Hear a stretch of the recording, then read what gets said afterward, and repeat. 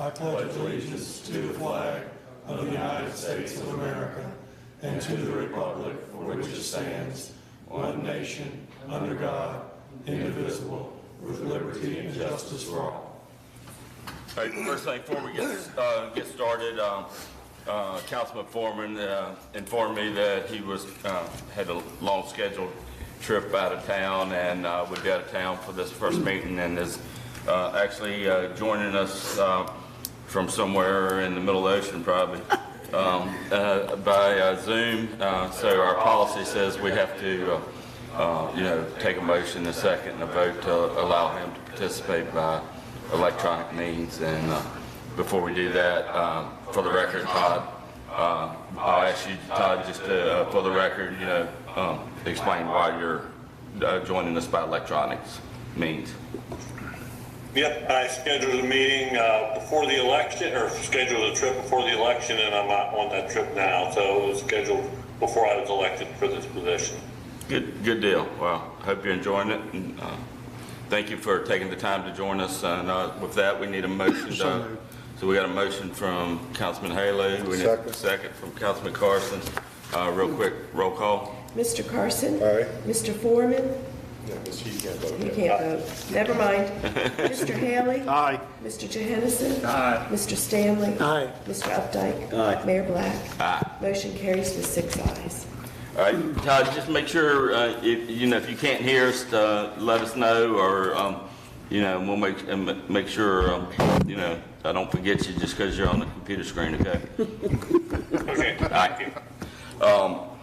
So first item on the agenda is the approval of the minutes from the called meeting on January the 2nd, the adjourned meeting to a work session regarding the zoning text and map amendments on January the 9th, and then our regular council meeting minutes on January the 9th. Did anybody have any changes, corrections, comments? Todd, you good? No, I have no changes. Okay, everybody good? All right, so those minutes will be approved as submitted. Next item, report of the town manager, Mr. Warner. Thank you, Mayor Black, members of council. Just very briefly wanted to note D.W. Lawhorn's appointment as Assistant County Administrator for Bedford County, and just wanted to note that we are very proud of him and that accomplishment, and wish him all the best in his new venture, and look forward to working with him in his new role at the staff level. On an administrative note, I do need to ask for a revision to the agenda. I need to add an item of new business. There's documentation before you titled Acceptance of Streets into the Town Street System, and when we get to that point in the agenda, I'll suggest where you should put it. Okay. That concludes my report. All right, sounds good. Anybody got any questions for Mr. Warner? No? Okay. Appearances before council. We have one gentleman, Mr. Parker, if you'd come up and give us your thoughts.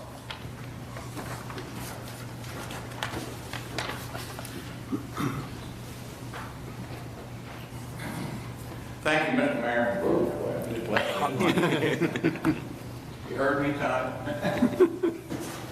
I'm here for two reasons this evening. First and foremost, what that is. Okay. I'd like to congratulate the new members of the council on your election, and certainly the existing re-elected members of the council. I look forward to working with everyone. It's a good thing, and congratulations all around. I think I can put that over there. That's fine. Get too far away, I can't read my notes. Next item, actually, I'm going to submit to a DW a street closure request before he leaves, and for June the 6th, like we did last year. So I'll take care of that. I'll submit a letter to him. And now I'd like to make a statement. I have to take a little deep breath, can't believe myself. Last week was the 17th of January. 5 years Lou and I have been in Bedford. Time flies when you're having fun. I have to tell you, the 5 years have gone by. The Bedford Boys Tribute Center's been open a little over 4.5 years. 13,500 visitors, all 50 states, 17 countries. and this is important what I'm going to say to you.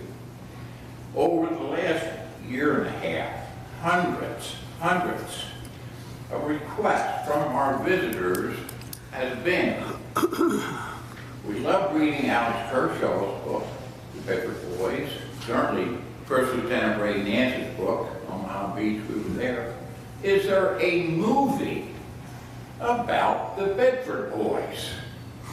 Well, I am very pleased and humbled tonight to stand before you to say there is.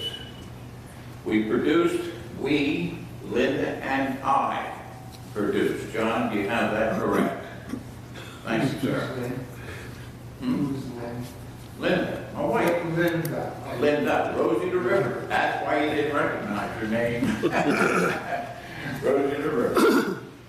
But we knew there would come a time that we would have to take a serious look in terms of producing a historical, correct movie about the Bedford Boys. And we did that. We closed the Tribute Center last September the 10th through the 14th. We hired a two-time Emmy Award-winning film crew out of a very tropical town of Bismarck, North Dakota, which I talked to them yesterday. It's like -45. This is tropical weather here. So when they came in, we closed the center September the 4th to the 10th through the 14th. They did all their filming, everything, so forth and so on. It's all concluded, and I told the mayor last week that as soon as we got the shipment in of the DVD copies, I would be here first meeting. And we got it late last Friday. And the name of the film is We Have Casualties. Now, if I may approach the bench, I have a copy for everyone. Bruce. Todd, yours is waiting for you. Okay, thank you. Okay. Thank you. Thank you, Mr. Parker. Thank you, Mr. Paul. Here we are, sir. Thanks. There we are.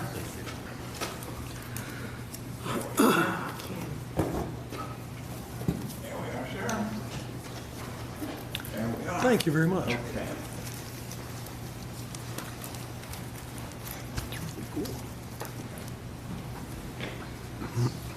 Now, the movie is a little under 30 minutes. The challenge was this: condensing 80 years of accurate history into 30 minutes.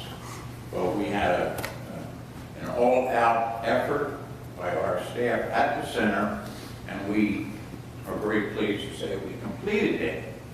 Starting March 1st through the 80th anniversary of the invasion, June the 6th, our documentary film will be shown on all European-bound flights with Delta and American Airlines.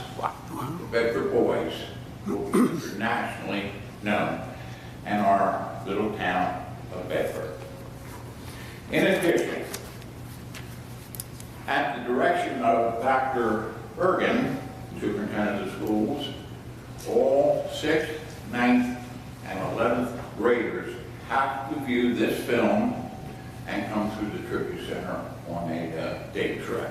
We're very pleased for education is our goal. There's no question about it. And then starting in March, April, and May, 2 Saturdays a month we'll invite the public in just to view the film. And copies can be procured at the Bedford Boys Tribute Center. So I thank you for your attention. I would be remiss if I did not give you a personal invitation to please take a tour through the Bedford Boys Tribute Center. I am biased. It's the jewel of historic downtown Bedford. Any questions? Thank you for your attention. Thank you, Mr. Parker. Council comments. Darrell, we'll start on your end this time. I'd like to thank everyone who's in attendance here, and of course everyone that's watching us through streaming. We had a really good retreat this past Saturday. I think there was a lot accomplished. And first one I'd ever been to, and again, I just thought a lot was accomplished and enjoyed the process. And then I'd like to open with a little prayer. Ever how you want to participate is fine. If not, it's fine as well. Heavenly Father, the men of this council acknowledge you as both maker of all things and maintainer of all things. We further acknowledge that all authority comes from you. We confess that as individuals we have fallen short of your glory and ask for forgiveness of any transgressions. We ask for the wisdom and clarity of mind as we address the many matters that come before us, because it is our desire to address all concerns in a manner that brings honor and glory to you and your kingdom. We further ask for your continued blessings on this town, the Commonwealth of Virginia, and the United States of America. We ask these things in the name of our risen Savior, Jesus Christ. Amen. Mr. Carson? Yeah, Mr. Mayor, I would like to say that I thank all of you for coming. I enjoyed our little workshop. I thought it was very productive. I hope it's something that we're going to be continuing to do. Congratulations to Mr. Parker, his wife, for what they are doing with the Bedford Boys Tribute Center, which, hey, we're getting on the map. Yeah. We are definitely getting on the map, and the D-Day Memorial is not going anywhere. So I'm very proud of that. I'm proud to live in a town where we have the memorial.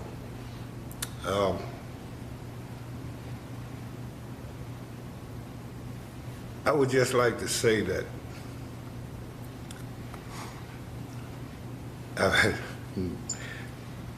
I've had some issues, not me personally, but issues from people for some reason who refuse to just stop, okay? And I guess what I want to say to all of you here, and if you know somebody, hey, we need to work harder to come together. We do. We have a wonderful little town. We don't need a whole bunch of stuff to divide us. And I hope that we can do that, and we can do it that is done decent and in order. And you know, I think sometimes maybe, just maybe, people say things to me because they know that it don't take much for me to go snap.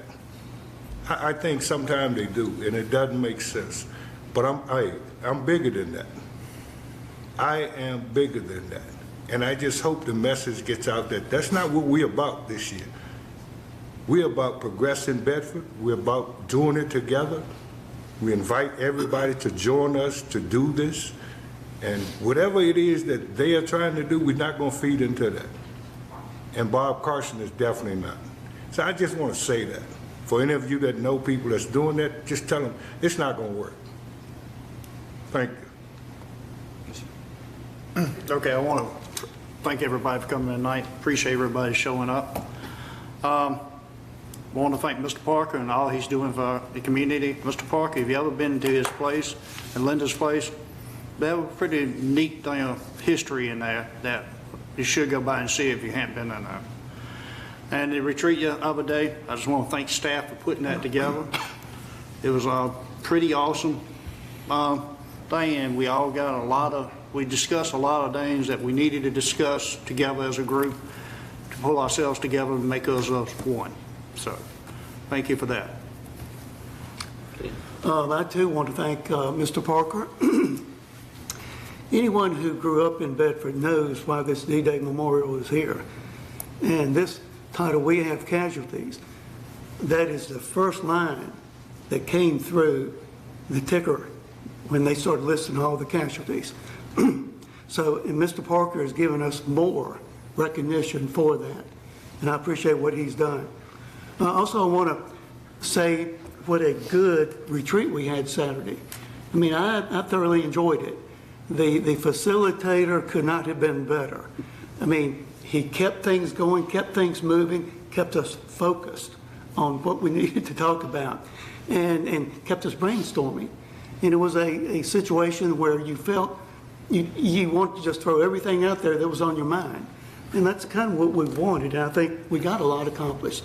Got a lot of ideas out there that we can work on and all that. And even got some from Deborah. You're good.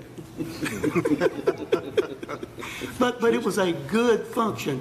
And I appreciate all the staff that attended, everybody that took part in it. It was very good, and I hope we can do some more of those. I appreciate everything that you all have done or doing, and I look forward to another good year. So appreciate it. Oh, I'm next, right? Okay. I appreciate everybody coming tonight, particularly Mr. Parker and his presentation of this film, which will be a very nice addition to our town.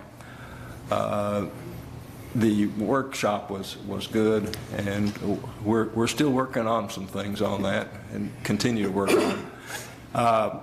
In the past week, I did attend the Central Virginia Planning District meeting, and a couple of good things that came out of that I think we should take note of.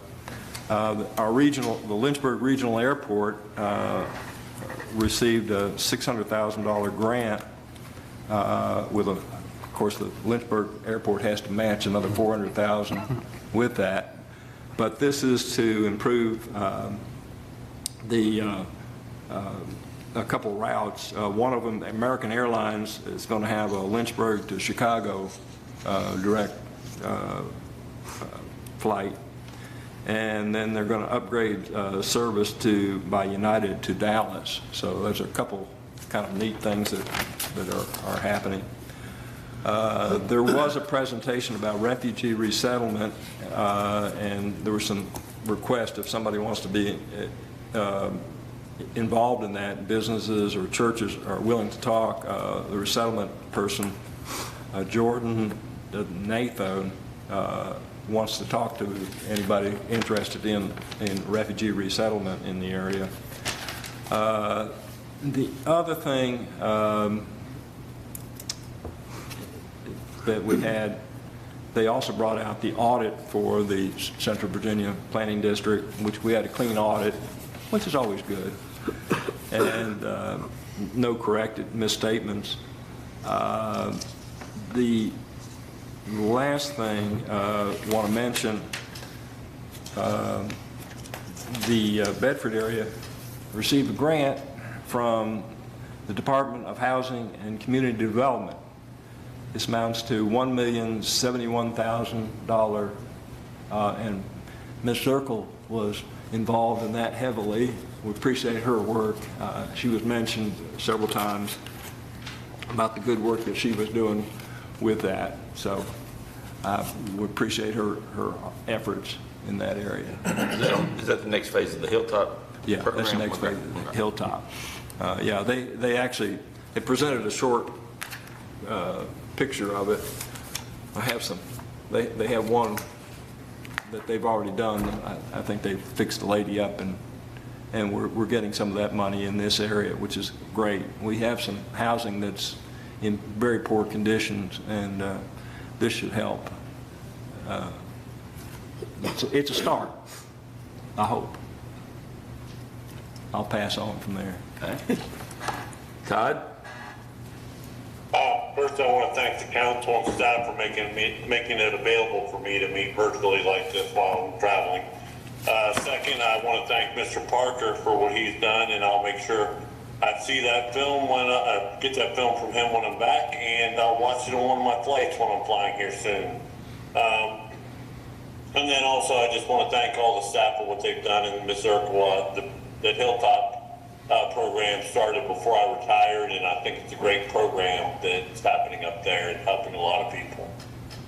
And that's all I have. All right, real quick, like I said, I'd like to pass on my congratulations to DW too. I appreciate his, I guess, 25 years of service to our community.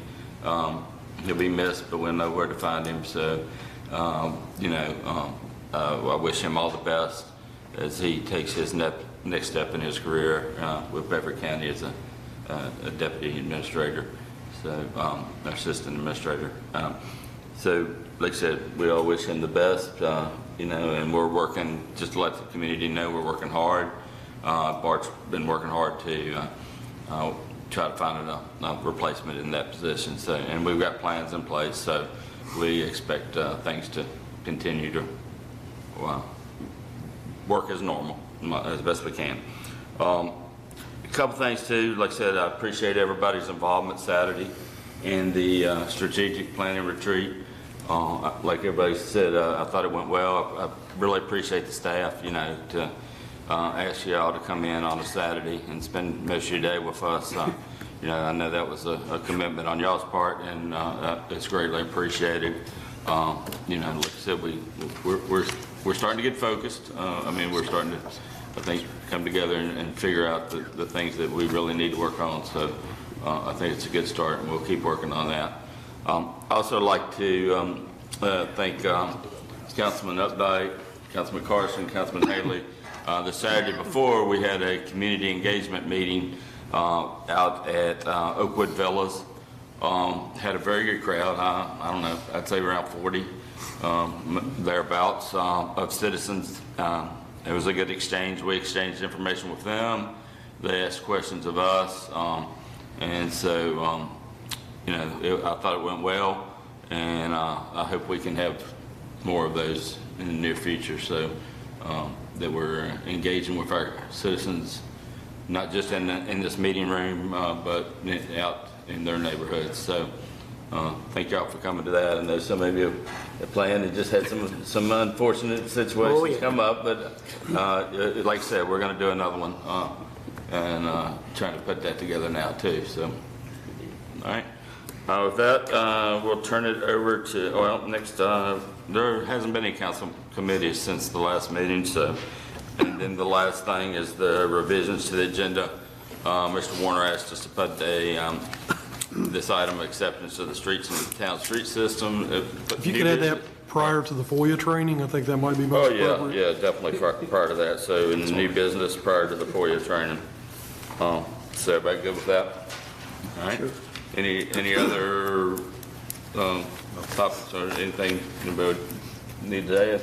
No? All right. With that, we're going to roll right into the new business, which is a request for an extension on the performance agreement for the business class hotel.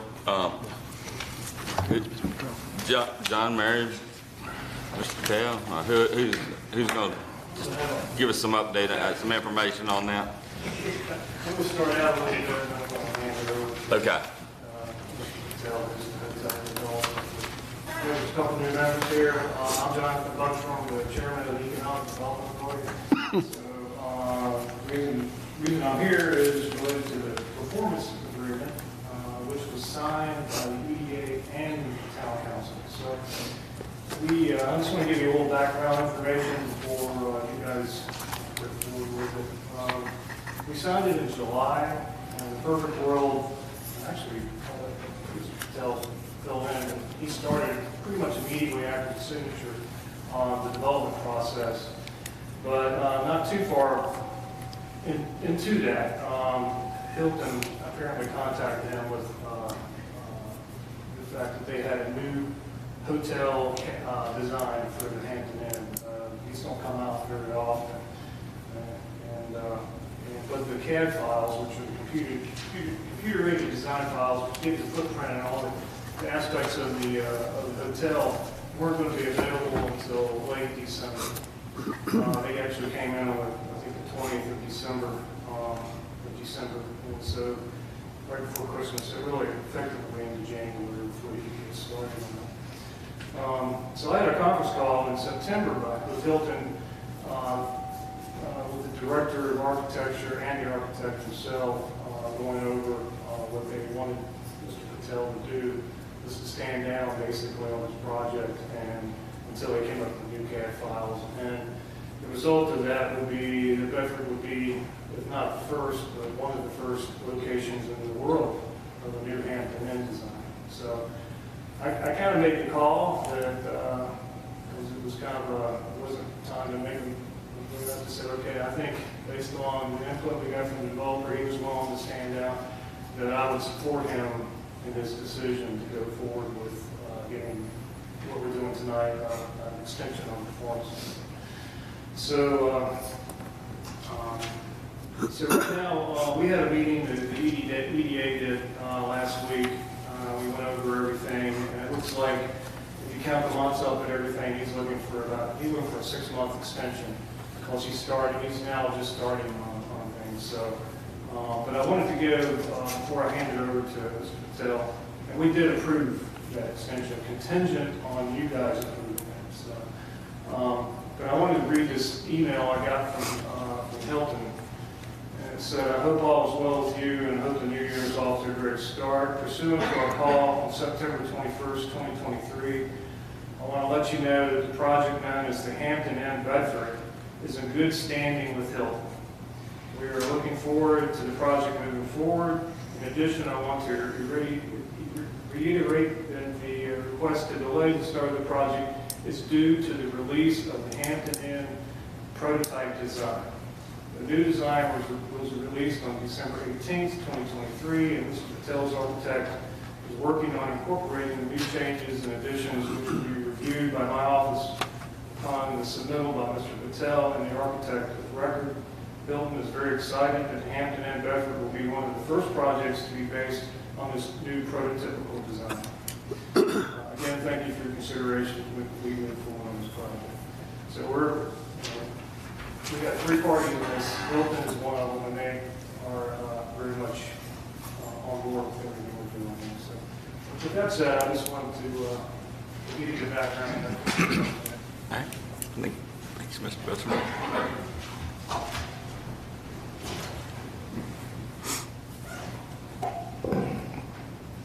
Good evening, guys. Town Council, newly members, and the Mayor, thank you for giving us the time today to talk about the first class hospital in Bedford. Thank you, Jonathan, for updating all the information. My name is Amit Patel. I'm here with my son, Om Patel, on behalf of D-Day Homestay LLC. We signed the performance agreement around July, and then we did the rezoning. We got everything lined up and approved. Within the same time, we got architect on board in July, and we submitted 10% plat to the Hilton. They looked at it, they liked it, they went and said, can you put another 25%? So the step is 10%, you submit 25, 50, 90, and then 100%. So we submitted another 25%, something around August first week, and at that time they came up with this thing saying, we need a conference call, we are coming up with a new design. This has been not changed since 2017. So every so often they come with the changes, they want to make sure that new design brings that change, or the Millennium Design group can come in on board kind of thing. So they say that we have 2 choices. We can wait for the full design, which will be launched on around December mid, or we can do the old design, and when we finish our product in 2025, will be old, like 2017 design.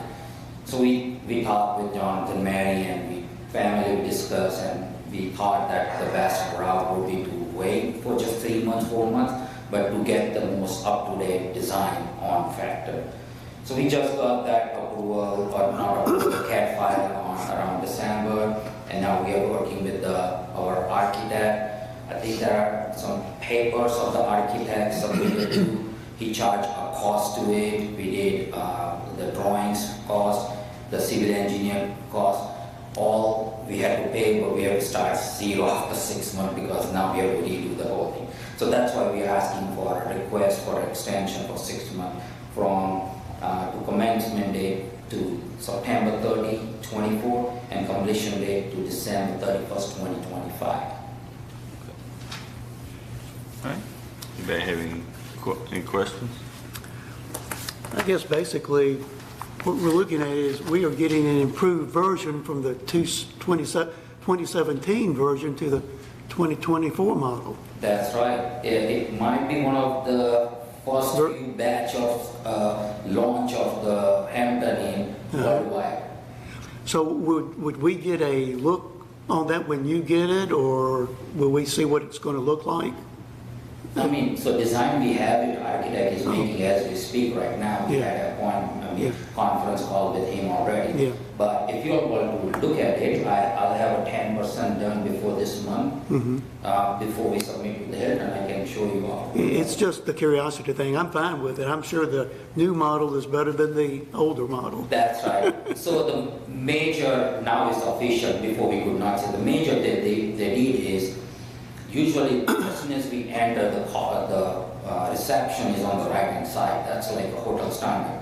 They changed completely. Now it's right in the front. So you walk into it. Okay. So if anybody's coming, guests who are not a guest, they have to go through the reception. So nobody can go through unless they know that, oh yeah, he's not a guest, I've not seen this familiar face. And there are some major flex areas, so they want more corridor area where people can hang out, because they want the people staying outside more, spending time outside kind of thing. Right. And then design and exterior and a lot of things. Yeah. Okay. Good deal. Thank you. All right. Other questions? All right, so we need a motion to extend the performance agreement for 6 months. So moved. All right, so we got a motion from Councilman Updike, second from Councilman Carson. Any questions? Todd, you got any questions or comments? No question. Bruce, anything? I'm good. Good. Yeah, like I said, I think you made the right business decision there. That was pretty much a no-brainer to get that that brand new model, and now we just want you to be the first one to get it built. But that's great. So I have no problems with that. So anyway, anybody else any comments? All right, roll call. Mr. Foreman, Aye. Mr. Haley, Aye. Mr. Johannesson. Aye. Mr. Stanley. Aye. Mr. Updike. Aye. Mr. Carson. Aye. Mayor Black. Aye. Motion carries with 7 ayes. All right. Thank you guys. Yes, sir. Thank you. Thank you. Thank you. Next item, the personal property tax write-off for 2018. According to state code, collection of local personal property taxes is only enforceable for 5 years following December 31st of the year for which such taxes were assessed.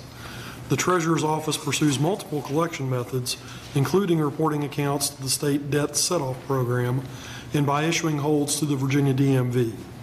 To conform with the state code, staff is requesting for Town Council to approve the write-off of outstanding 2018 personal property taxes in the amount of $666.61. The collection rate for 2018 personal property tax was 99.35%. Tonight, Town Council is requested to approve the Treasurer's Office to write off all remaining 2018 personal property bills on the active record. We have a motion to approve the write-off for the personal property bill. So moved. So we got one from Bruce, second. second from Councilman Haley. Any questions for Ann or discussion?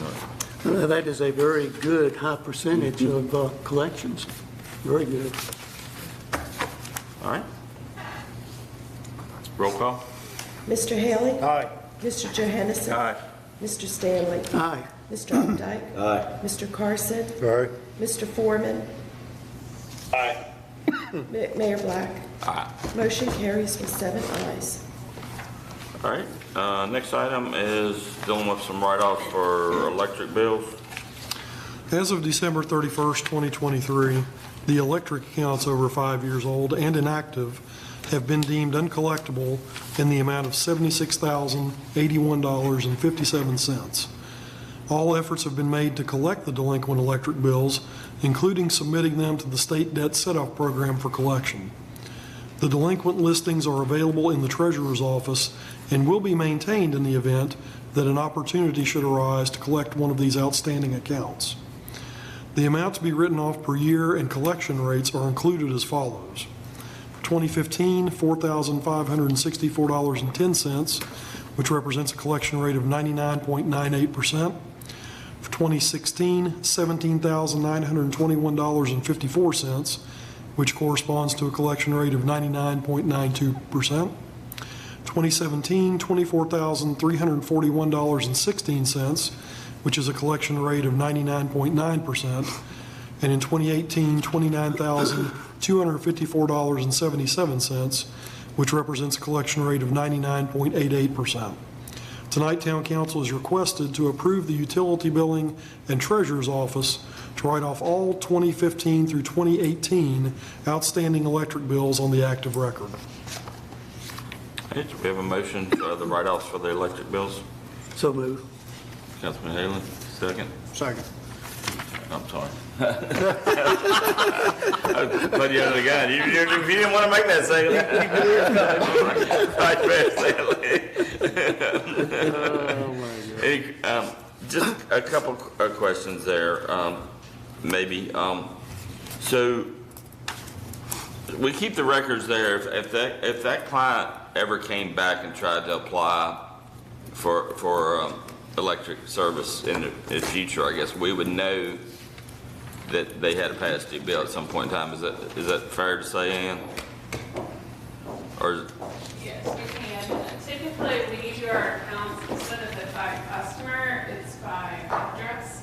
But in future billing systems, it may be by social, a little bit easier for us to track if we have an outstanding account against them. okay, all right. And when you talked about doing everything possible, I mean, we've looked at whether we need to get judgments, and I mean, it's most of these people will either just move totally out, we don't know where they're at, or Typically, yes, when we have a state where it's harder for us to do collections against them. A lot of this is final bill, so these are all final bills. They're all- It's someone who has left, and normally they haven't given us a forwarding address, they've moved to a different state, really hard to collect on. no, okay. All right, that was all right now. Any other questions or comments? Well, I noticed from 2015 to 2018, it seemed like that collection rate keeps going down. It's not much. Still an excellent job. I just wanted to, are we still seeing that trend from 2018? Actually, yes. One of the ones that's the largest is not actually going to be here. It's going to be in here. 2023 is we had a business close that is no longer open, a very common one that left us a very large bill. We had a deposit against them in insurance, and we collected that, but we were only able to recover about 30% of their total bill. So sometimes we have very unique situations, such as that one, where we're not able to collect as much. We also traditionally haven't been doing as many liens on bank accounts and wage liens, and so we're looking to see if we can start initiating more of those up front, since we're seeing the collection rates are dropping a little bit. Thank you. I have one question. So, kind of what Mayor Blatt said, you keep a record of these people, so if they came back and actually wanted service, how would that process work? Would they have to pay a certain percentage to get the power cut back on from their last bill, or how would that work? Typically, we wouldn't notice it right away. We may notice it as we're processing the application, they're no longer in front of us. At that point, we would likely call them to say, hey, you have an outstanding bill on this 2018 account. We would need you to pay that first, or we can offer to do a payment arrangement plan with them, so we can break it out over time. Thank you. I will say this, and I know this was before your time, but these are, again, very good collection rates, high percentages. And I will say, to answer some of those questions, anybody that comes back is not likely to put the account in their name. They're going to use a spouse, a kid. I've even seen babies use their social security number. People that do this, they're not going to get caught more than likely. And back to the big business that left, basically all we can do is get in line ahead of the other creditors, and we get the crumbs that are left over. So that's just the nature of the business, and you know that all too well. But it is what it is, and these are very good, though, collection rates. I'm sure you're doing everything you can. Thank you. Fine. Any other comments, questions? Nope. All right, roll call. Mr. Johansson? Aye. Mr. Stanley? Aye. Mr. Updike? Aye. Mr. Carson? Aye. Mr. Foreman? Mr. Aye. Foreman? Mr. Haley? Aye. Mayor Black? Aye. Motion carries with 7 ayes. All right, next item, the mid-year gratitude bonus. Virginia Code Section 15.2-1508 provides that any locality may provide for payment of bonuses to its officers and employees. During the fiscal year 24 budget process, a second phase of the pay plan was implemented, but a cost of living adjustment was not included in the adopted budget. Town Council asks town staff to review the revenue performance mid-year for any available funding for a compensation adjustment. Based on interest earnings largely outperforming budget expectations, a one-time $1,500 gratitude bonus is proposed for all current full-time employees to recognize the services rendered by town employees. Town Council is requested to approve the attached ordinance, including a budget amendment, which will appropriate budget to the appropriate general ledger accounts. Real quick, before we entertain a motion on this particular thing, I wanted to bring up one item for us to consider before we make a motion. We have 4 part-time employees in the town. 3, I believe, work at the fire department, and 1 works in the electric department. I would like to propose that we add, for the part-time employees, we add $250 gratitude bonus for them.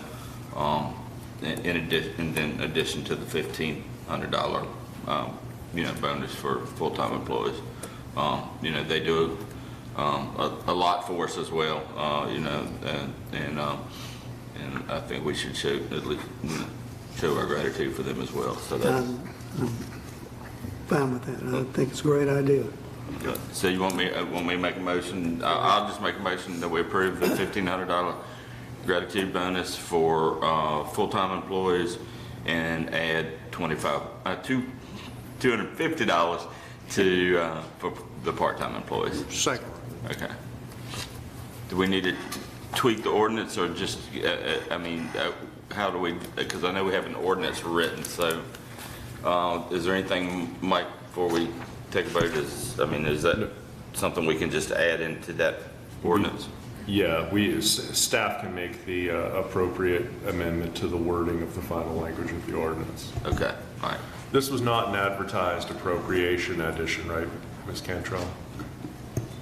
Yeah, this is being used out of our, basically out of the fact that we didn't budget very much interest earnings for the year, and have seen with interest rates high on our accounts, so are higher than they have been in a good while. So that's where most of it's coming. And I guess some of it's coming from contingency, but most of it's coming from interest earnings. All right, so we have a motion and a second. Do we have any other comments? Todd, anything you'd like to add? Or No, I'm good with it. okay, Bruce, you good? Everybody good? I'm good. All right. Roll call. Mr. Stanley? Aye. Mr. Updike? Aye. Mr. Carson? Aye. Mr. Foreman? Aye. Mr. Haley? Aye. Mr. Johansson? Aye. Mayor Black? Aye.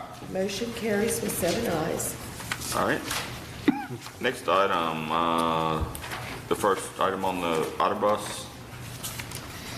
The town was awarded 2 demonstration grants from the Virginia Department of Rail and Public Transportation, otherwise known as DRPT, for fiscal years 2023 and 2024 to operate the Bedford Autobus for 2 years. The intent with the demonstration grant project was to apply for state fund assistance over 3 years before considering becoming a federal transit provider. The Phase 1 demo grant provided service for 3 days a week with 6 hours a day.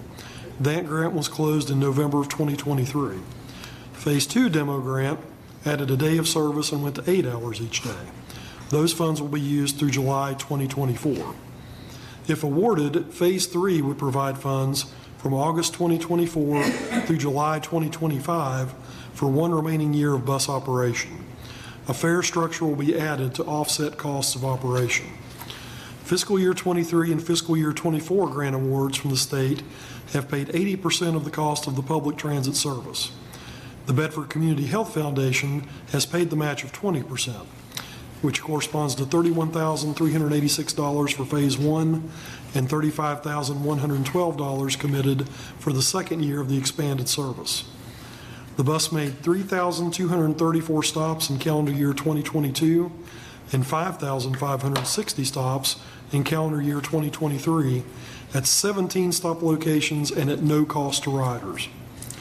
The current fiscal year 25 grant request is to fund the final allowable year of a demonstration grant where DRPT would pay 80% of the cost and the Bedford Community Health Foundation would pay 20% in a project totaling an estimated $185,456. The intent is to continue to provide public transit access and to implement a payment model for riders that would cover some of the cost of operation to offset the foundation's 20%. DRPT requires local governments be the applicant for transit projects. The town is a pass-through for funding reimbursement from the state back to the foundation for money it spent. The current application requires council to provide a letter of commitment for the local match. This match would still be paid by the Bedford Community Health Foundation. Council did provide letters of support for the successful fiscal year 23 and fiscal year 24 applications. Tonight, Town Council is requested to provide a letter of support for the grant application for the Bedford Otter Bus Demonstration Grant Phase 3 that recognize commitment of the Bedford Community Health Foundation's match. All right, so do we have a motion to approve the support for the Department of Rail and Public Transportation grant application? So moved. Mr. Carson, moved. Second. Vice Mayor Stanley. All right. Any questions for? Yeah. Yes. What will be the advantages of being a federal transit provider?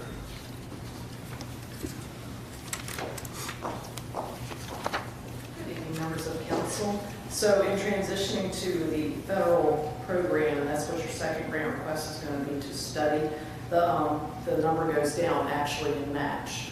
It actually goes down in the federal match, it goes up in local match. So there really isn't much benefit in becoming a federal, but the state won't pay any further on the Otter bus under their programs. We've stretched it as far as we can with a 3-year demonstration grant for this. So the next thing is 5311 or no funding from federal sources. Thank you.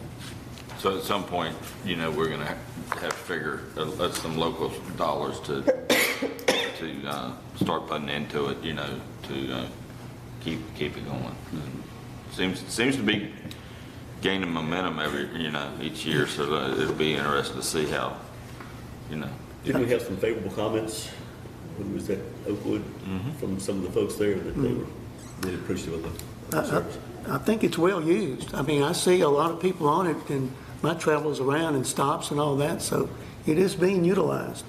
And I just also want to recognize the other bus operator, Ride Source, Lisa Sink, owner and operator of that program. So there are a lot of... I thought I recognized you. Yes. So right now it's operating 4 days a week? Monday, Wednesday, Friday, Saturday. Monday, Wednesday. And what they were Friday. able to add this year too, at the request of the riders, was trips to see Christmas lights. Oh. So they added a couple of nights at the expense of the Health Foundation to take people around to see all the lights in town. And also were able to add some trips for voting. Early voting went out to Baldwin Creek Park for extended hours beyond the bus. I had a friend of mine, his car messed up, so he used all the bus was headed to Walmart.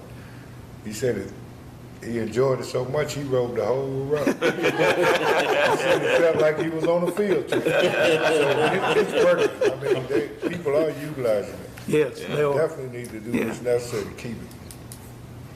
Good deal. They've made adjustments as needed too, just to take an opportunity to update. Pinecrest apartments have been added. We removed one of the stops that seemed to be kind of duplicative, and we're able to pick up Pinecrest. Good. Good deal. All right. Any other questions, comments? All right, roll call. Mr. Updike? Aye. Mr. Carson? All right. Mr. Foreman? Aye.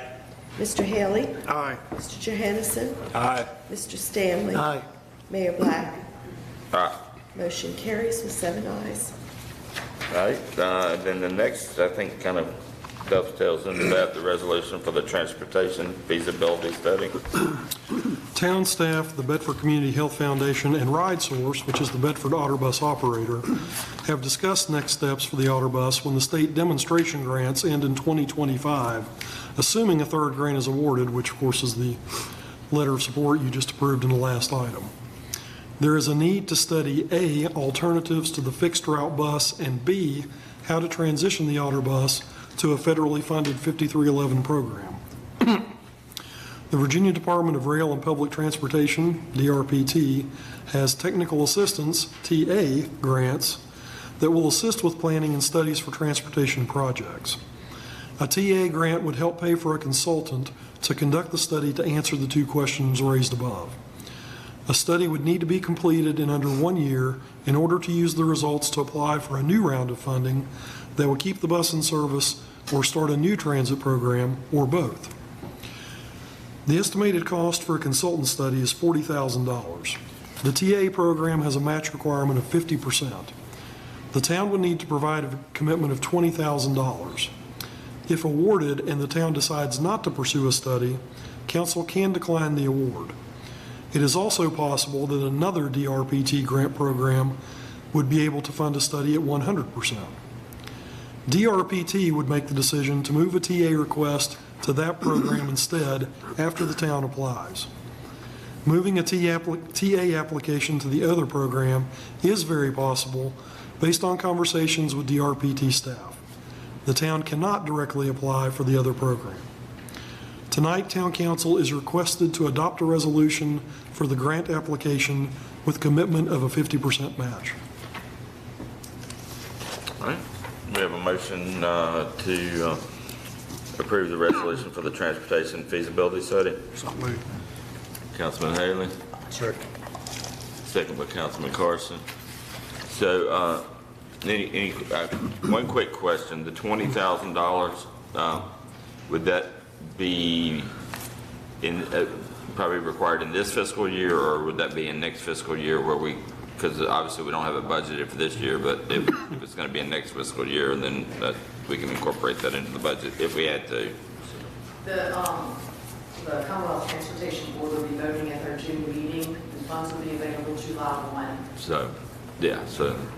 And we've asked this be fast-tracked in order to use the results of the study to apply for it next fiscal year for the federal funding or something else. So that's why we're trying to squeeze it into this particular fiscal year. But Okay. it'll be starting FY July 1. Okay, all right. Any other questions? I'm okay. But it sounds like it's a pretty good likelihood that we'll get switched to that other one where we, I mean, so if we're not betting, but if we're betting, That's the hope. That That's hope. why I went into a little bit more detail on that particular program that may actually, DRPT staff was pretty sure we would get that, but they couldn't tell us that. Right. So, but they just needed commitment. that we're committed to the 20th at the worst case scenario. Right. Okay. Worst case. Good. All right. Any other questions, comments? All right, roll call. Mr. Carson? Aye. Mr. Foreman? Aye. Mr. Haley? Aye. Mr. Johansson? Aye. Mr. Stanley? Aye. Mr. Updike? Aye. Mayor Black? Aye. Motion carries with 7 ayes. All right, so the next item is the new item we added to the agenda, the resolution to accept the streets into the town street system. Yeah, thank you, Mayor Black, members of council. This basically pertains to the streets which were included in the Phase 2 boundary adjustment area. The Virginia Department of Highways and Transportation, under the Code of Virginia, makes street payments annually per lane mile for use in maintenance, construction, and reconstruction of the streets located within the town of Bedford. In order for the streets to be eligible for Virginia Department of Transportation maintenance payments, they first need to be accepted into the town street system by town council. then approved and accepted by the Virginia Department of Transportation for maintenance payments. This is based on a calendar that is established by VDOT practices and state code. Basically, we're only eligible to ask by February 1st of each calendar year. I know your question is, why were we not eligible effective with the date of the boundary adjustment? And that's because we had not taken action to incorporate those areas as of February 1st of last year. So they're not going to retro? I'll ask Back. Mr. Daniel, but probably not. Probably not, okay. The Town Engineering Department has prepared a resolution to be passed by the Town Council authorizing the formal approval and acceptance of the streets into the Town of Bedford street system. Tonight, I recommend that Council pass the resolution approving and accepting the list of streets to be added to the town street system, and I also have email guidance from the local residency indicating that they will support our application. All right. We have a motion to accept the streets that were incorporated into the boundary adjustment. So moved. Second. Do we know or have any kind of feel yet for what that number will look like in next fiscal year based on these lane miles? So they haven't given us any of that yet. We don't. The good news is we did not budget for that in the current fiscal year, so okay. we've been maintaining these streets using town funds, but we had budgeted to do so. Okay, yeah. I'd be just curious if they can tell us, if you can ask Todd, what that looks like, additional fund. I mean, I know it's subject every year, but, if it kind of was if it was this year, kind of what that number would additional look like, so that we can have that number as we start going into figuring budget for next year. All right, any other questions, comments? No? Roll call. Mr. Foreman? Aye. Mr. Haley? Aye. Mr. Johansson? Aye. Mr. Stanley? Aye. Mr. Updike? Aye. Mr. Carson? Aye. Mayor Black? Aye. Motion carries with 7 ayes. All right, we got Mr. Lockerbie next for some training on the Virginia Freedom of Information Act. So I know that'll keep y'all excited, so if y'all stay listen to that. They're all heading for the exit. Oh, yeah. Well, what did you do, Mike? They're all getting up. I'm glad we've now finally gotten to part of the night that you've all been waiting for with bated breath. So all of you probably know, every time there's an election, or every 2 years that you're in office, you are required to have training on the Virginia Freedom of Information Act. That's a new law. All newly elected councilors need to do that. So I'm here to do that training for you tonight. I will try to make it as painless as I can. I'm going to cover the Freedom of Information Act as well as a couple of related laws to the extent that they bear on this. I want you to be aware of a couple of things here. The first one is the Freedom of Information Act, which is the primary law in Virginia that governs public records and open meetings. However, there are other laws that will come into play, and I will mention a couple of them. The first one is the Virginia Public Records Act, and that is the statute that governs how long you need to retain records and when you should destroy records. There is also the Virginia Data Collection and Dissemination Practices Act, which governs what information you can collect from people. Where'd she go? How could Ms. Control background on something that's fascinating?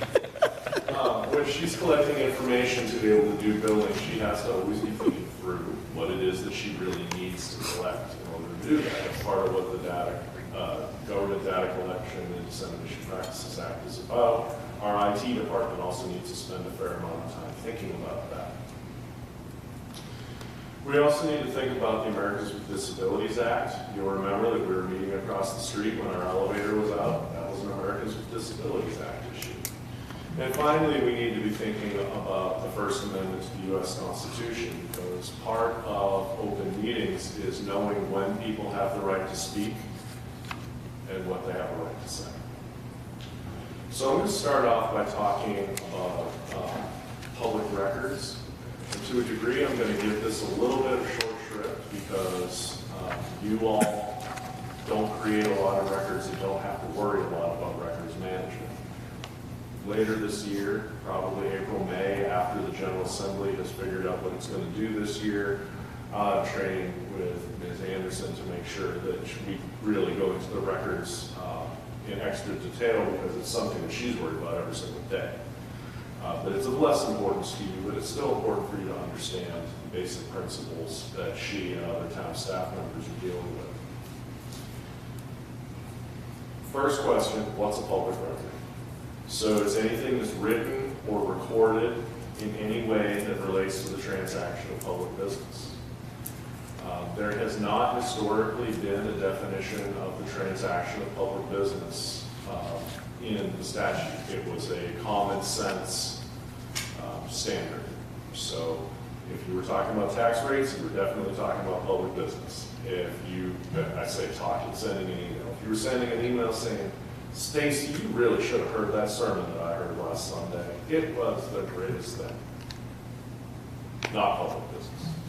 So there used to be, and of course, it's one of those things where there's a little bit of a gray area, of course, as with anything. You know, if there's no fence between your property and the neighbor across the block's property, you might not know exactly where you cross the property line. You know when you're on your side, you know on their side, but it could be a 20-foot area that you're not sure.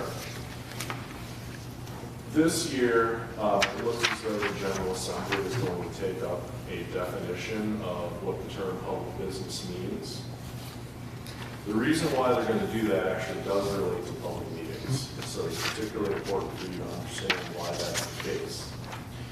Historically, we had thought, and by we, attorneys, the FOIA Advisory Council, pretty much everybody in the world who dealt with the statute. The statute's been around, I think, since 1971. It's not new. We thought that if you showed up, even 3, 4, 5 of you showed up to a meeting of something, Chamber of Commerce, for instance, as long as you guys didn't participate, as long as you guys didn't talk turkey, do any business, you were just listening, it was not a problem. That was not potentially a meeting type issue. It became a problem in Prince William County this past year. In Prince William County, several of their board of supervisors members went to a meeting that was, well, there were riots in the county. And I believe this was after, I can't remember what it was. It was after one of the police excessive use of force cases. And several board of supervisors members went to a meeting that where various community members were speaking on that. And even though these board of supervisors members did not participate, they did receive a whole bunch of information. I think one of them might have had a conversation with somebody else. Later that night, they had a board of supervisors meeting where one of the items was to hear from their county executive and police chief. It's a county that has a police department rather than a sheriff. And the police chief about how they were dealing with this. And what the Supreme Court of Virginia said was, if you were going to be talking about something on your agenda so close to having received information on it, receiving information on it is the transaction of public business. This is not what anybody thought the law was. The Supreme Court came up with something that everybody was shocked. It looks as though the General Assembly is actually going to switch that back to the way that we previously thought it was. But, Mr. Black, that's why we've recommended to you that you advertise and have a brief statement of minutes, even for your community engagement meetings. Even if only 1 or 2 of you on council are actually going to be participating in that, the others are just going to sit in the back listening. We want to make sure that you. I mean, is it like I'll give an example. I mean, like a neighborhood meeting, say there's obviously, this sounds like if it's a neighborhood meeting, you're just sitting there listening to the neighborhood talk about a rezoning request that you know is gonna come up. So you should, how do you deal with, I mean, because you don't feel like you feel like you should be there to hear that information, you know, because information is how we make decisions. How would I deal with it? Would I just say I attended that and write up some type of minutes, or? Well, I'll get to that in a little more detail, Okay. but it's only really a problem if 3 or more of you attend. Okay, so if it's less than 3 of us, it's, you know. Correct. Okay, but anytime, if there's 3 or more of us, even if we're just sitting there listening, then we need to write up well, we need to advertise before we go to that thing. If it's something that's likely to come up on the council agenda, Like, if you have something that's talking about a rezoning in Campbell County, no, it's not an issue. It's not something that you're likely to deliberate on as a town council in the near future, but. Yeah, okay. So the next question after we talk about what a record is, okay? Record is anything that exists. And it has to exist at the time that a FOIA request is made. It can't either exist or be something that you can pull with a standard report from a database or something like that. What's a FOIA request? Anytime that somebody asks you for a public document or a public record, that's a FOIA request. It doesn't have to be in writing. It doesn't have to use the word FOIA. There are 2 things that I'll tell you with respect to this, however. The first is that if somebody asks you a FOIA request, you always need to get their name and their contact information, preferably address as well as email and telephone number if you can. Because that's how you're going to give them the documents. That's the first thing. The second thing is that only Virginia residents are eligible to take advantage of the rights of the public record rights under the Freedom of Information Act. So if some data aggregator from Oregon sends a request to Deborah for a whole bunch of information, she says, sorry, no, you're not a Virginia citizen, go away. Now, do you still need to use a little bit of discretion with that? Sure. We get a request from McGuire Woods' law office in Atlanta because they're doing a phase 1 environmental site assessment in the town. They're working with an engineer that's doing phase 1 ESA. Might get that, right? Well, we can say no because it's coming from Atlanta. Of course, 20 minutes later, you're going to get the same request from the Richmond office and they're going to be angry at you. So sometimes you got to use a little bit of discretion. It's also helpful to get in writing what it is that their request is, because you want to make sure and not give them more something other than what they want. And at the same time, you want to make sure and give them everything that they want. So there's the give and take there. That sometimes you want to know, get it in writing. This is really what you're asking for. I've seen cases where people wanted to just give it by telephone, and it wound up confused and wound up giving them a whole bunch of information they didn't want, along with the bill for all that information, and that did not go well. It would have been much better if they had just exchanged emails and agreed very clearly in writing on what it was that the person wanted. So the most important person when you guys get public records requests to get in contact with is the town FOIA officer. You're the town FOIA officer, aren't you? Town FOIA officer is an extremely important person when you get one of those requests. First thing you want to do is get it off your desk. Get it off of your desk, get it off of your phone, get it out of your email, and get it in hers. What she's going to do then is that she's going to calendar that, because we need to respond to that within 5 business days of getting the request. Her first response is going, unless it's something that she can just send right out without any trouble at all, it takes 30 seconds. The first response that we're going to make is going to be, this might cost you money. Are you sure you want us to do this? And I'll get to how that's calculated in a moment, but First thing is, it can cost you money to fulfill a FOIA request. And until the person says, sure, go ahead, that 5-day time clock stops. The second thing is that the FOIA officer is going to make sure they understand the request. If the request is confusing or whatever, they're going to try to get in contact with the requester and get some clarification. They're going to figure out who here in the town has the documents that are being requested. If it's going to be a lot of difficulty to find the documents, she can just send a letter saying, hey, it's going to take me another 7 business days to respond to your request. You can do that as well. And then she'll finally take and figure out what exclusions are applicable. If there's any other work that we need to do, she'll talk with me if there's any documents that she's unsure what to do with. And then she'll send out the response. So she is a person who is, she certainly deserves much love for the amount of work that she does in order to make that easier for everybody here. So do you have to respond? Simple answer is yes. Even if you don't have anything that's responsive or everything that's responsive is responsive to FOIA, yes, you have to respond to a FOIA request. So again, send it to the person who knows how to do the response. I'm going to skip real quick past that slide and go to the one, we only have enough staff to do our jobs, not do our jobs, and respond to FOIA requests. So what did we do?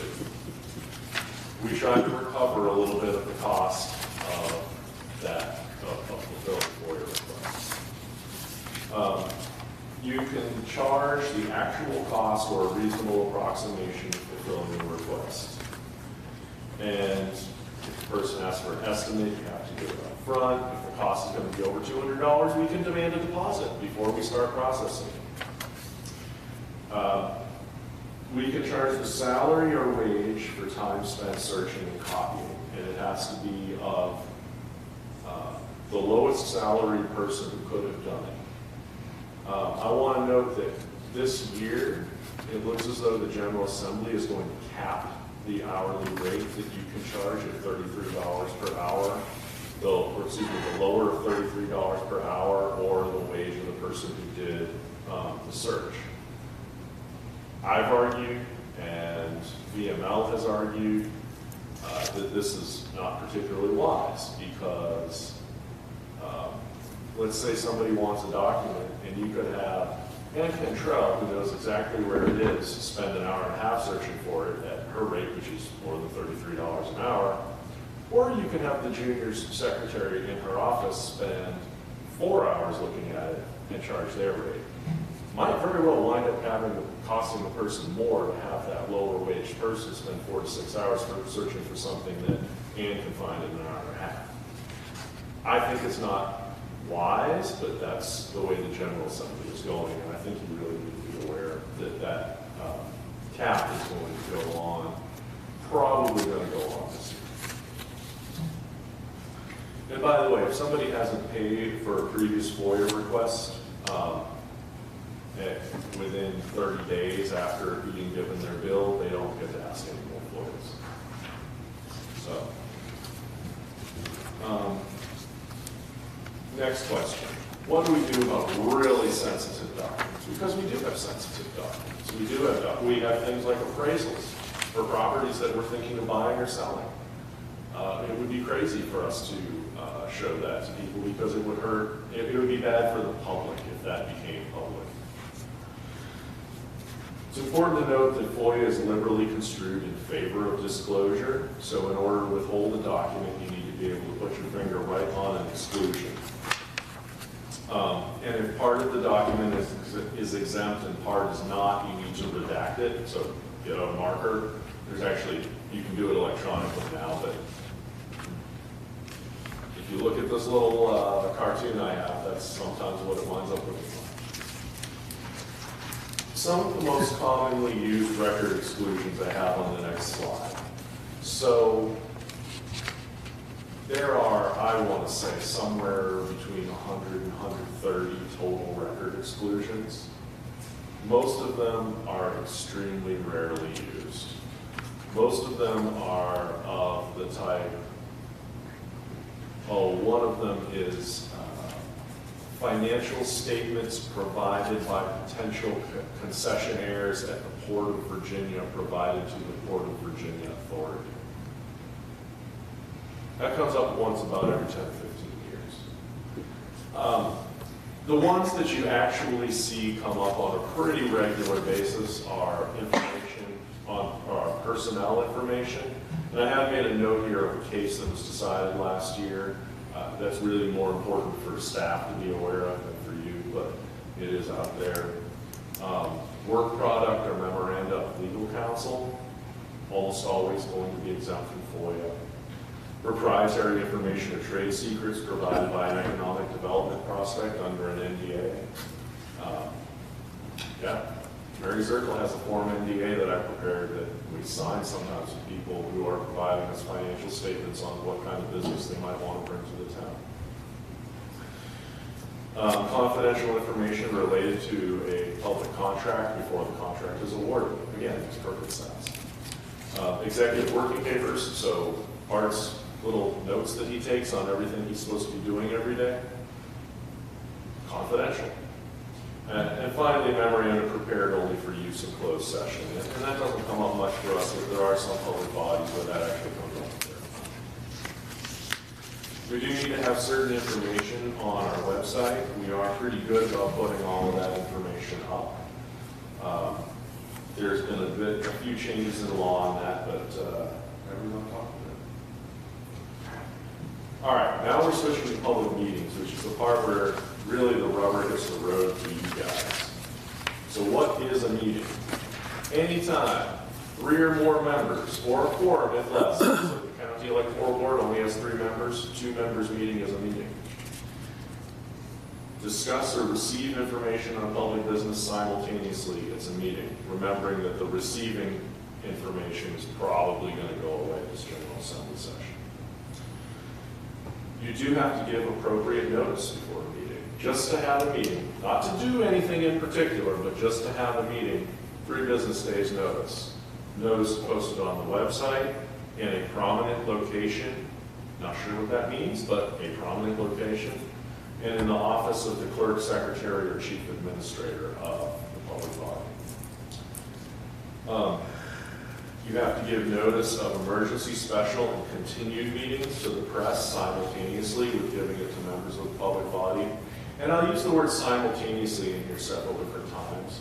It's important to know, simultaneously doesn't mean it needs to be the same second. Within a half hour, within a practical period of time.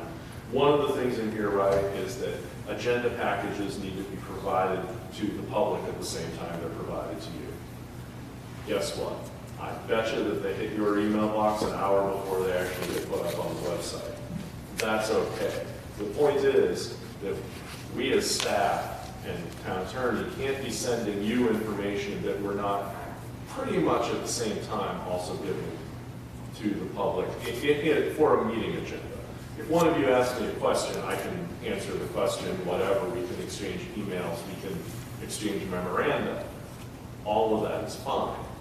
However, we can't put out an agenda package and say, here's the agenda package, let's all talk about that. There's other reasons for that I'll get to in a moment. Let's all talk about that and not show it to the public. You can't do that. You do have to take minutes of all meetings. And it does have to be in an ADA accessible space, which again is why when our elevator was out, we held our meetings over across the street. By the way, you guys can ask me questions. I have a zillion war stories and examples that I can use. I'm just trying to not put you guys too much to sleep by going. So Deborah, where is our prominent location? For posting? Mm-hmm. Board to board. Out here, no. Turning to electronic meetings. Obviously, we all have the procedure here that works pretty well. In order to have an electronic meeting, you have to have policy permitting it. We have bylaws that permit it. You have to have a quorum physically present. We've got 6 of the 7 physically present. The physically present quorum voted to allow Mr. Foreman to call in. And there's 3 reasons currently why you can call in. If you have a medical condition, or if you're caring for a person with a medical condition that makes you unable to attend, or twice a year or 25% of meetings, whichever is greater, due to being unavailable for personal business. So Mr. Foreman has earned one of his opportunities this year. We can call 100% electronic meetings basically if there's a declared emergency. If that becomes an issue, we'll deal with it then. I'm not going to go through the rigmarole of all those rules. A couple things to pay attention to. Email can become an electronic meeting.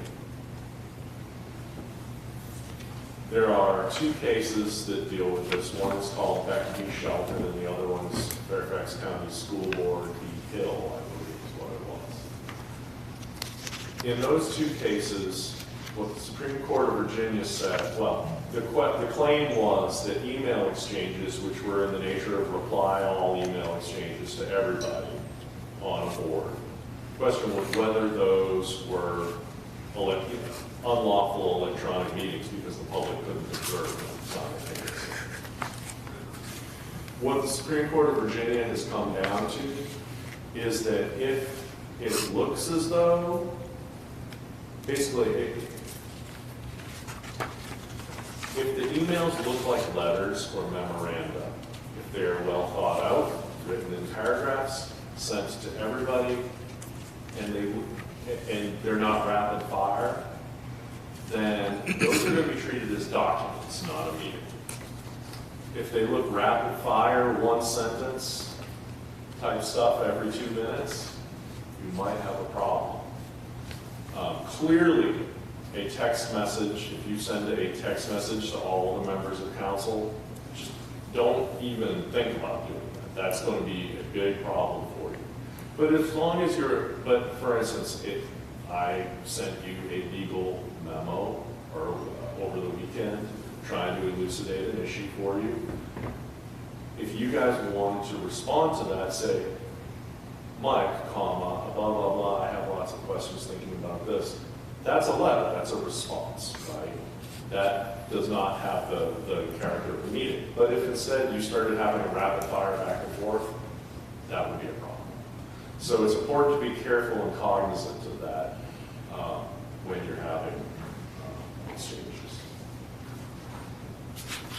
Note that special notice is required for lots of different kinds of special meetings. For rezoning, you've got to have 2 weeks' notice. To convey property, you've got to have 1 week's notice. If you're going to amend the budget by more than 1% of the appropriated amount for the year, you've got to have the public notice. If you're going, I could go on for a while. There's a lot of different things that you need special notices for.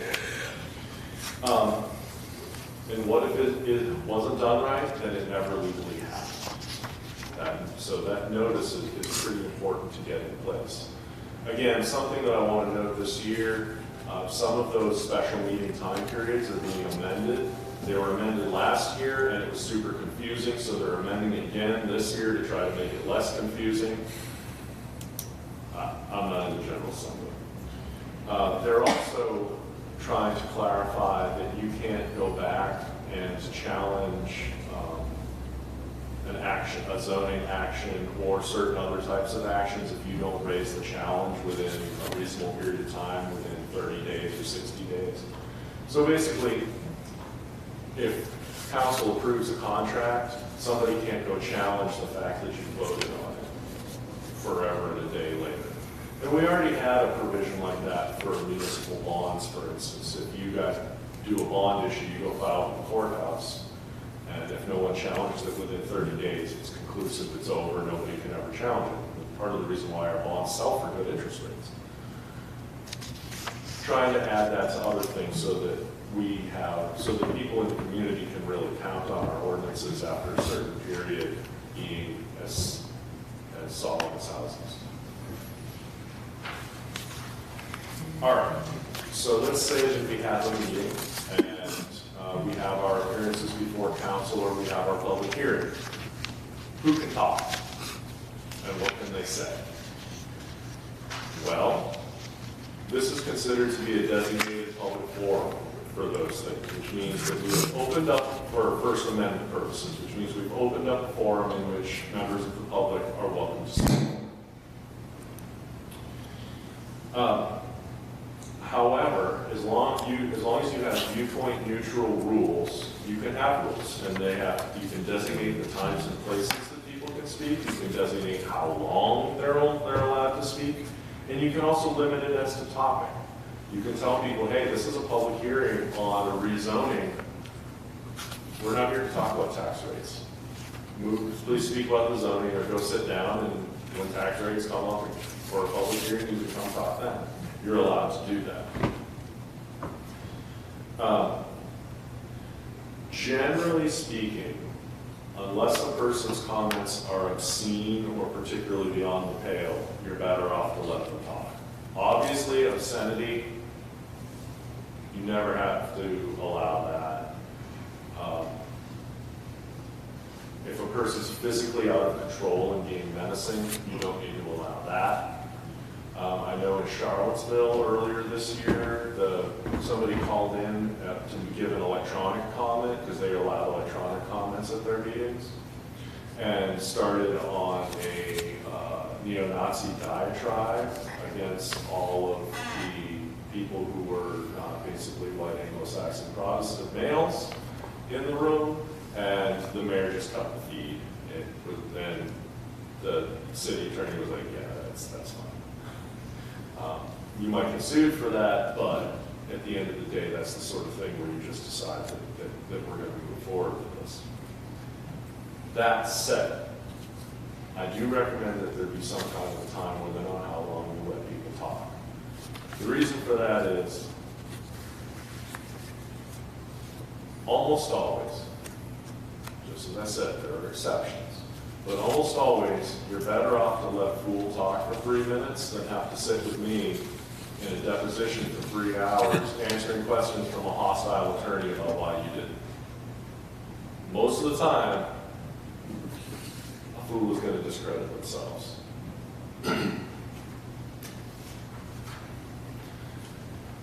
Moving to closed session, which... Real quick, Mike, did we, at one point in time, we had a policy kind of in place that tied into this?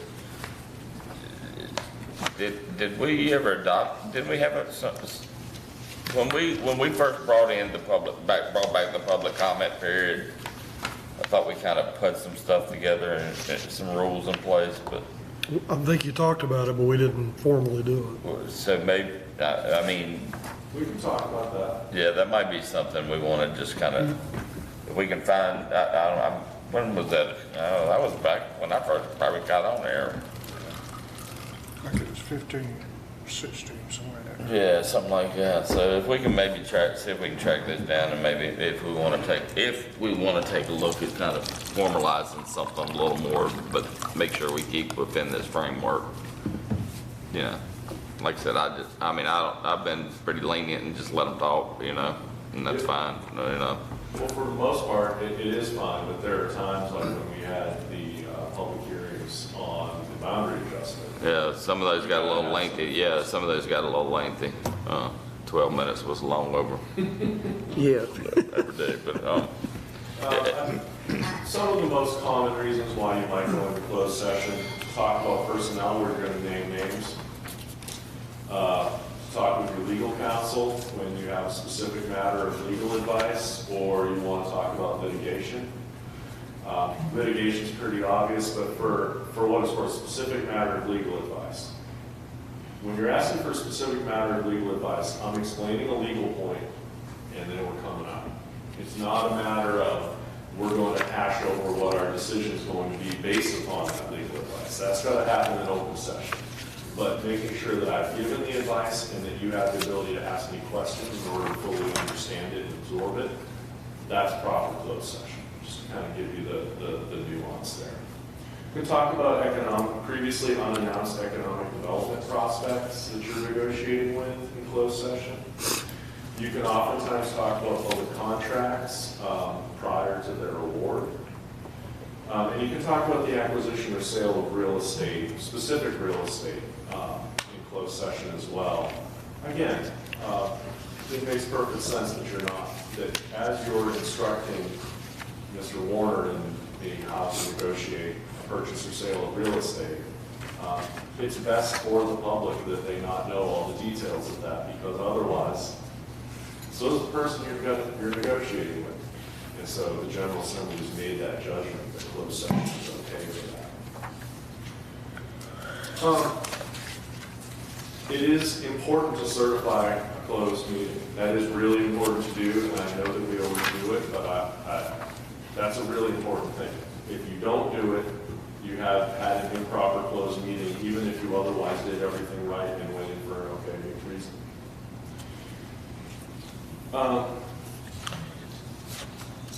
And real quick, Mike, to just, so when we're going,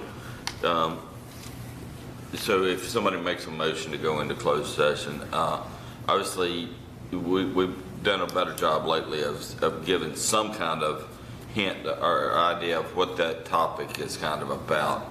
So, I mean, how detailed, I guess, do we need to go, or how specific do we need to go on some, do we, say we're negotiating a piece of property, do we need to identify that property very specifically, or in generality, or how, and I always ask you that before, try to ask you that before, but.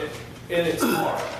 Now, let's say that we were thinking of buying a piece of property over near the Walmart, and I have the example right here.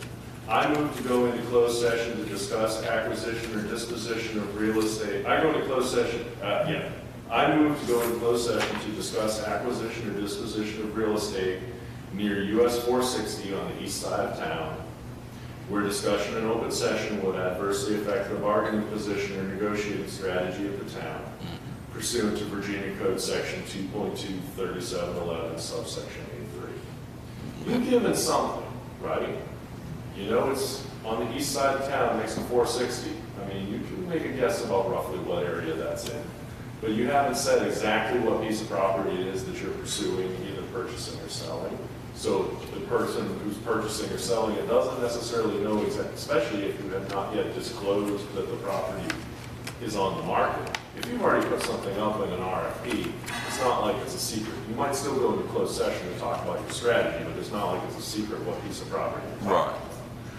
So you kind of need to be calibrated on that front. But if you're talking about purchasing a piece of real estate over there and you don't want anybody to know what you're interested in or why, that would be a perfectly appropriate way to phrase the motion. But like when we were dealing with Edmund Street Park, we would say we're going in closed session to talk about Edmund Street Park. I mean, that's, right. I mean, I heard the ball diamond, yeah. Because it wasn't a secret. We were talking about what we wanted to negotiate for terms, right, but we knew what property it was. Yeah, exactly. So you just kind of got to think through that whenever we got one. Just keep that, I mean, and I'll typically try to make a motion. But if somebody else wants to make a motion to go into closed session, just keep that kind of, in mind. And you can make motions to go into closed session at any time. Now, normally, when we put them on the agenda, we put them at the end of the agenda, which is just respectful of the public since we don't have a special room for us to go into. But if we're in the middle of a meeting and you realize I have a burning question that I really need to talk to the attorney about, okay, we can do that. Just say so, and we can make that happen. So, again, it should be a very unusual occurrence, but you can do it if that's what you need to do. Enforcement of FOIA is by a citizen lawsuit. I know sometimes people will say, well, you're the town attorney, you should sue the town council. Like, no, you have this backwards. I defend the town council. Some people also think the Commonwealth's attorney enforces it. That's also not true. The Commonwealth's attorney has no interest in going to civil court on FOIA. However, if a person does sue the town and they win, they will get their attorney's fees. for having brought that lawsuit against the town. Generally, the only relief available on a FOIA is what's called an injunction or a writ of mandamus. A writ of mandamus orders the town to produce documents that it hasn't produced, or to unredact documents as redacted or whatever, in that vein. The other is an injunction. So particularly that's with closed meeting violations. You might have seen injunctions crafted very different ways. It's hard for courts to open up a closed meeting that's already happened. But one thing that I've seen a court do is to say, you're going to have to send me the minutes or tape of all of your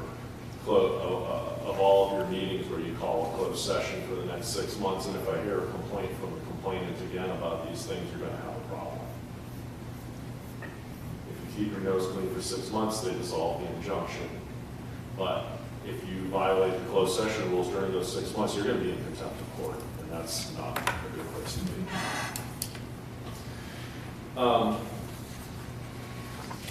Remember, if the violation is willful and knowing, then you may have personal civil liability. Just important to remember, willful and knowing is a high standard. It means that you knew better and you did it anyway. It's not going to happen very often. You guys are smart. You guys all know to call me or Mr. Warder or Ms. Anderson when you have questions about FOIA, and if you talk to us about it, follow our advice, even if you turn out to be wrong. No judge is ever going to ding you because you did the right thing. Okay, and try and taking reasonable steps to follow the law. If you destroy documents in order to avoid responding to a FOIA, you may have to pay a personal civil penalty of $100 a page. This can happen innocently. I know that sounds weird, but I'll give you an example. I represented a county relatively near to here, and I get a call from the county administrator and the clerk to the board of supervisors. And they said, well, we got a FOIA request. And this FOIA request is for documents that will be very difficult to find, to pull out. They'd be embarrassing. And they're 12 years old. And that's long after the Public Records Act says we should have destroyed them, so we're going to destroy them. Is that the right thing to do? Seems like the right thing to do. The Public Records Act says you have to destroy them.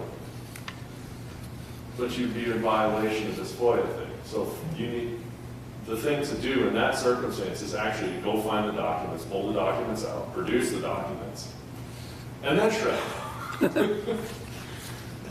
Because if you destroy them before you produce them, you've gotten yourself into trouble. Thinking innocently that you were doing the right thing. This county had, their administration office had the presence of mind to ask the question, but I don't know that everybody will have. There is ongoing training and guidance. I like to give this training to you once a year. I suppose we'll have an election this year, so I'll have to give it next January again. But even though most of the time I'm only required to do it every other year, I like to give it every year as a reminder to everybody. Your FOIA officer does need to have training annually in this.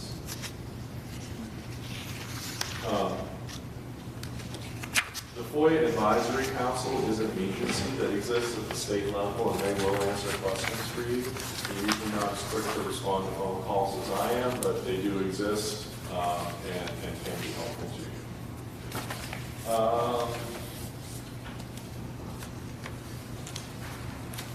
I've already touched on the proposed 2024 legislation. I haven't checked in the last few days what its status is. Show God, he hasn't been sending me anything in the last couple of days, so I assume that the world hasn't heard that recently. Do y'all have any questions? You good? Nope. All right. Thank you very much for Thank you. putting up with that. All right. Thank you, Mike. We're looking forward to it all week, I know. All right. With that, we're adjourned. All right.